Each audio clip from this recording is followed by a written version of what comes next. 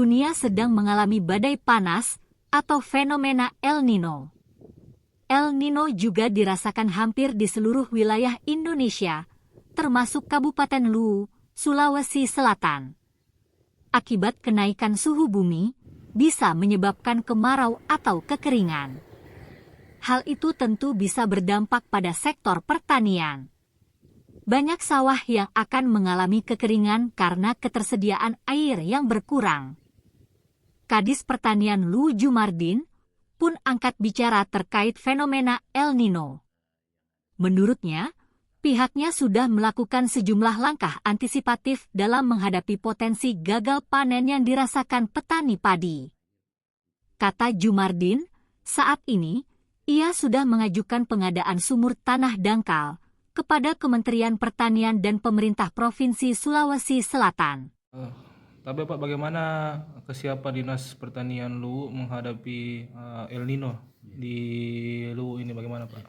Terima kasih. Jadi ada beberapa alternatif solusi terkait dengan persoalan kekeringan yang ada sekarang. Yang pertama dengan pompanisasi. Pompanisasi juga ini bisa dilakukan ketika sumber air itu yang masih ada yang bisa dipompa.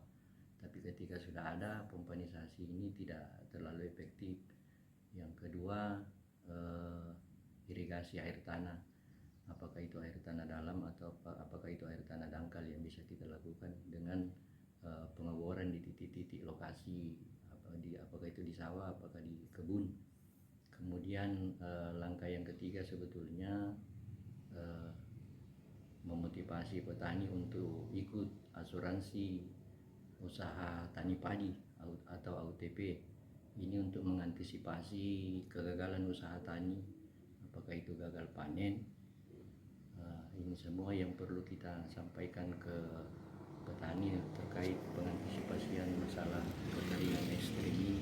Ya, saya pikir itu. Kemudian juga kita sudah berupaya untuk membuat usulan-usulan ke kementerian infrastruktur yang kita butuhkan dalam rangka mengantisipasi kekeringan. Jadi sudah ada usulan untuk pembuatan sumur air? Sudah, ya.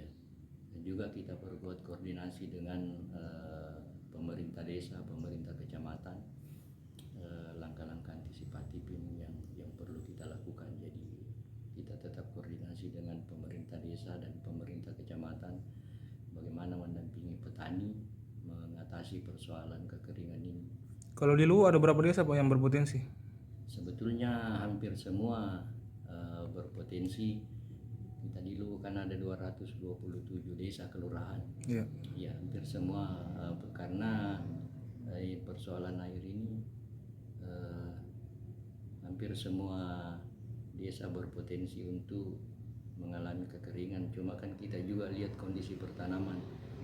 Jadi ketika pertanaman khususnya padi itu umur pertanamannya itu sudah sampai 100 hari misalnya, itu tidak terlalu butuh air lagi. Ini yang kita identifikasi betul-betul pertanaman yang belum sampai 100 hari.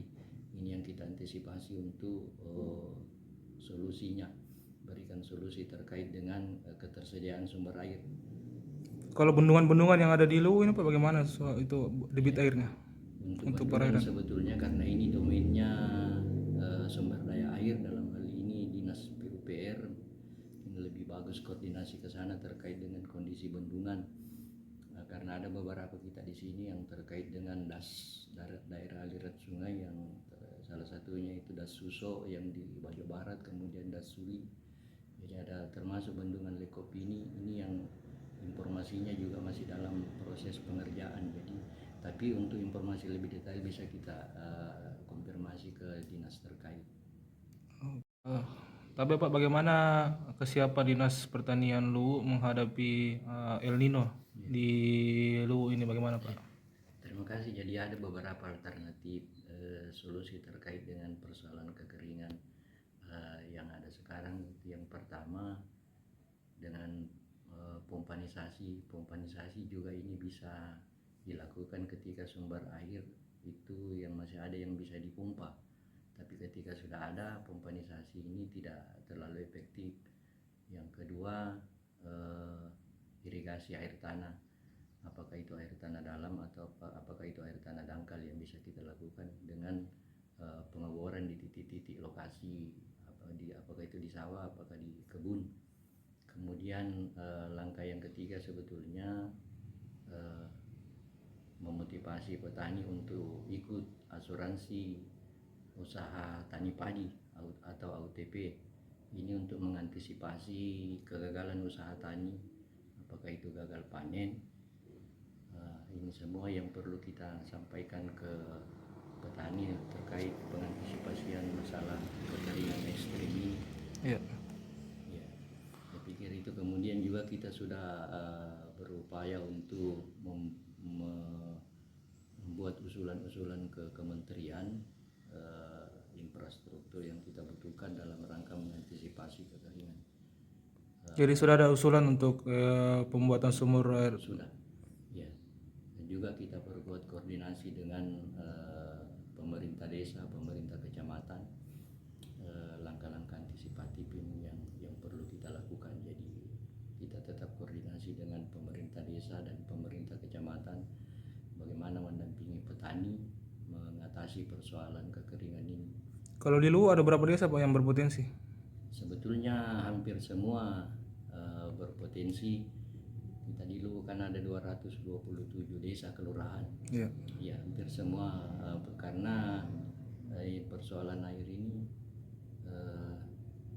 hampir semua desa berpotensi untuk mengalami kekeringan. Cuma kan kita juga lihat kondisi pertanaman.